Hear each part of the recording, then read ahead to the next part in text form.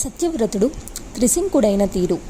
ఈ అరుణుడి సుపుత్రుడు సత్యవ్రతుడు మహాపాపాత్ముడు, కామలోలుడు.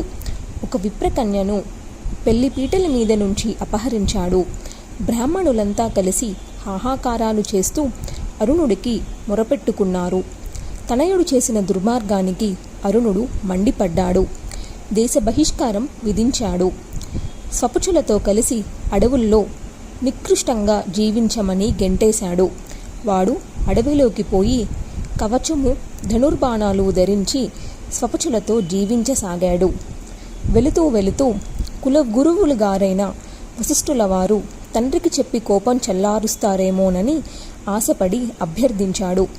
వశిష్ఠుడు నిష్కర్షగా తిరస్కరించడమే కాదు, అరుణుడి చర్యను సమర్థించాడు.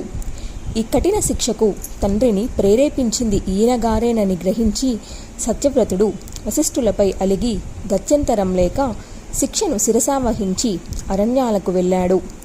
ఆ తరువాత అరుణుడు వంశోద్ధారకుడు లేకపోయాడే అని విచారించి రాజ్యం వదిలిపెట్టేసి తపస్సులకు వెళ్ళిపోయాడు. ఆ కాలాన 12 సంవత్సరాల పాటు ఆ దేశంలో వానలు కురవలేదు. సత్యవ్రతుడు చేసిన అధర్మానికి ఇంద్రుడు విధించిన శిక్ష ఇది. అదే సమయంలో విశ్వామిత్రుడు అనగా కౌశికుడు తన భార్యాపుత్రులను ఆశ్రమంలో విడిచిపెట్టి కౌశికీ తీరానికి తపస్సు కోసం వెళ్ళాడు. 12 ఏళ్ల కరువు రావడంతో కౌశికుడి భార్య బిడ్డలను పోషించలేక చాలా అగచాట్లు పడింది. పిల్లలు ఆకలో అని ఏడుస్తుంటే ఓదార్చలేక సతమతమయ్యింది. తల్లిపేగు తల్లడిల్లింది. పెద్ద పిల్లలు నివారధాన్యం ముష్టెత్తుతుంటే విలువెలలాడిపోయింది. రాజధానిలో రాజు లేడు. మగడేమో తపస్సుకు వెళ్ళాడు. తనక పోషించే శక్తి లేదు. ఎవరిని యాచించాలి? ఏమి చేయాలి? పిల్లలు చూస్తే మాడిపోతున్నారు. ఛీ, ఎందుకొచ్చిన జీవితం ఇది? కౌశికుడు ఇంటిలో ఉంటే ఈ పరిస్థితి వచ్చేది కాదు కదా. ఎక్కడో ముక్కు మూసుకొని హాయిగా నిశ్చలంగా తపస్సు చేసుకుంటున్న విశ్వామిత్రుడికి నా నిర్ధనత, నా అశక్తత ఎలా తెలుస్తాయి? సమర్థుడే కానీ పరిస్థితి ఇది అని తెలిసేదెలా? ఇలా ఆలోచిస్తూ కూర్చుంటే ప్రయోజనం లేదు. ఏదో ఒకటి చేయాలి. పిల్లలందరినీ ఆకలితో మార్చి చంపుకునే కంటే ఒకడిని అమ్మేసి మిగతా వారినైనా బతికించుకోవడం తెలివైన పని. నాకింకా మిగిలింది ఇదొక్కటే దారి. ప్రాణాలు నిలుపుకోవడానికి, కాలం గడపడానికి మరో మార్గం లేదు.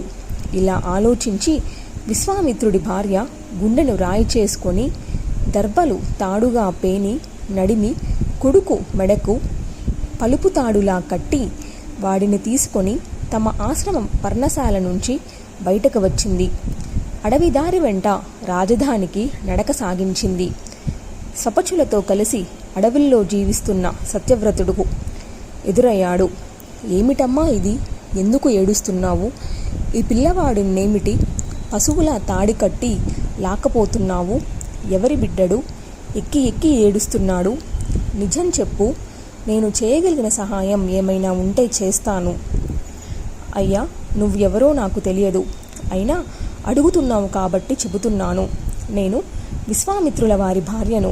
వీడు మా అబ్బాయి. విషమ పరిస్థితిని తట్టుకోలేక వీడిని అమ్మేయడానికి తీసుకుపోతున్నాను. మాకు చాలా రోజులుగా అన్నం లేదు. నా భర్త తపస్సుకు వెళ్ళాడు.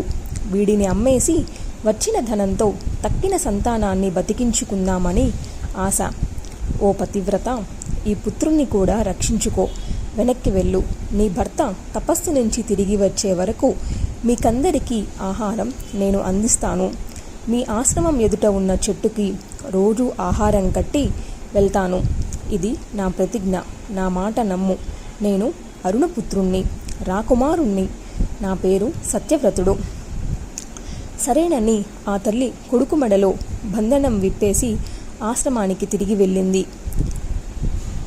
గలబంధనం కారణంగా ఆనాటి నుంచి ఆ మునికుమారుడు గాలవుడు అయ్యాడు. ఆశ్రమం చేరుకొని మిగతా పుత్రులను చేరబిలుచుకొని గాఢంగా కౌగులించుకుంది. కష్టాలు తీరాయి కదా, ఇక ప్రాణాపాయం లేదని సంబరపడింది. సత్యవ్రతుడు మాట తప్పలేదు. అడవిలో మృగాలను వేటాడి రోజు ఏదో ఒక సమయంలో మాంసం తెచ్చి ఆశ్రమ వృక్షానికి మూట వేలాడగట్టి వెళ్తున్నాడు. మునిపత్ని ఆ మూటను తెచ్చి కొడుకులకు పెట్టి తాను తింటోంది. సుఖంగా కాలం గడుస్తుంది. అరుణ మహారాజు పుత్రాద్యై తపస్సుకు వెళ్ళినప్పటి నుంచి రాజ్యాన్ని, రాజధానిని, అంతఃపురాన్ని వశిష్ఠుల వారే రక్షిస్తున్నారు. సత్యవ్రతుడు రాజధానికి దూరంగా అడవిల్లోనే జీవిస్తున్నాడు. అతడికి వశిష్ఠుల వారి మీద కోపం తగ్గలేదు. తనను అడవులకు పొమ్మంటున్న తండ్రిని వారించలేదని ఇతడికి ఆ కులగురువు మీద కోపం. పెళ్లిపీటల మీద నుంచి విప్రభార్యను అపహరించాడని వశిష్ఠుడికి సత్యవ్రతుడి మీద ఆగ్రహం. పెళ్లి మంత్రాలు నడిచాయే తప్ప సప్తపది ముగియకుండానే అపహరించాను కనుక ఇది విప్రకన్యాపహరణమే కాని విప్రభార్యాపహరణం కాదని, అనవసరంగా నాకు పెద్ద శిక్ష విధించారని ధర్మ సూక్ష్మాలు అన్నీ తెలిసిన వశిష్ఠుడే దీనికి ప్రేరేకుడని సత్యవ్రతుడి అభిప్రాయం. ఎవరి కోపకారణాలు వారికి ఉన్నాయి. ఎవరి దారిన వారు జీవిస్తున్నారు. ఇలా ఉండగా ఒకనాడు సత్యవ్రతుడికి అరణ్యంలో ఒక జంతువు దొరకలేదు. తన ఆకలి మాట ఎలాగున్నా మునిపుత్రులకు ఆహారం అందించాలి ఎలాగా అని ఆలోచిస్తుండగా అల్లంత దూరాన ఒక ఆవు కనిపించింది. అది పాడి ఆవు, పైగా వశిష్ఠుల వారిది. తెలిసి సత్యవ్రతుడు దాన్ని సంహరించాడు. ఆకలో, క్రోధమో, మోహమో దొంగ పని చేశాడు. మాంసం తెచ్చి ఆశ్రమ వృక్షానికి వేలాడగట్టాడు. విశ్వామిత్రుడి భార్య ఎప్పటిలాగానే ఆ మాంసాన్ని తెచ్చి పిల్లలకు పెట్టింది. మిగిలినది తాను తింది. తింటూ గుర్తుపట్టింది, ఇది మృగమాంసం కాదు, గోమాంసమని. తరువాత విచారిస్తే తెలిసింది వశిష్ఠుల వారి పాడి ఆవును ఎవరో సంహరించారని. మాంసం తీసుకుపోయి చర్మము, ఎముకలు ఒకచోట వదిలేశారని. కౌశికాంగన హృదయం బగ్గుమంది. జరిగింది తెలుసుకొని వశిష్ఠుడు మండిపడ్డాడు. దురాత్ముడా, ఎంతటి మహాపాపం చేశావు? పిశాచంలాగా గోవును సంహరించావా? నీ శరీరంలో 3 మేకులు దిగబడుగాక. నీకు పిశాచ రూపం సంక్రమించుగాక. ఇప్పటి నుంచి నీ పేరు త్రిశంకుడు అని తీవ్రంగా శపించాడు. సత్యవ్రతుడికి పిశాచ రూపం వచ్చేసింది. 3 మేకులు దిగబడి త్రిశంకుడు అయ్యాడు.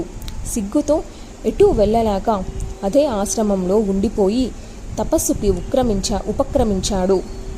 మునిపుత్రుల్లో ఒకడు మహాదేవి మంత్రం ఉపదేశిస్తే దానినే జపిస్తూ పరాశక్తిని ధ్యానిస్తూ పవిత్రంగా జీవయాత్ర సాగిస్తున్నాడు.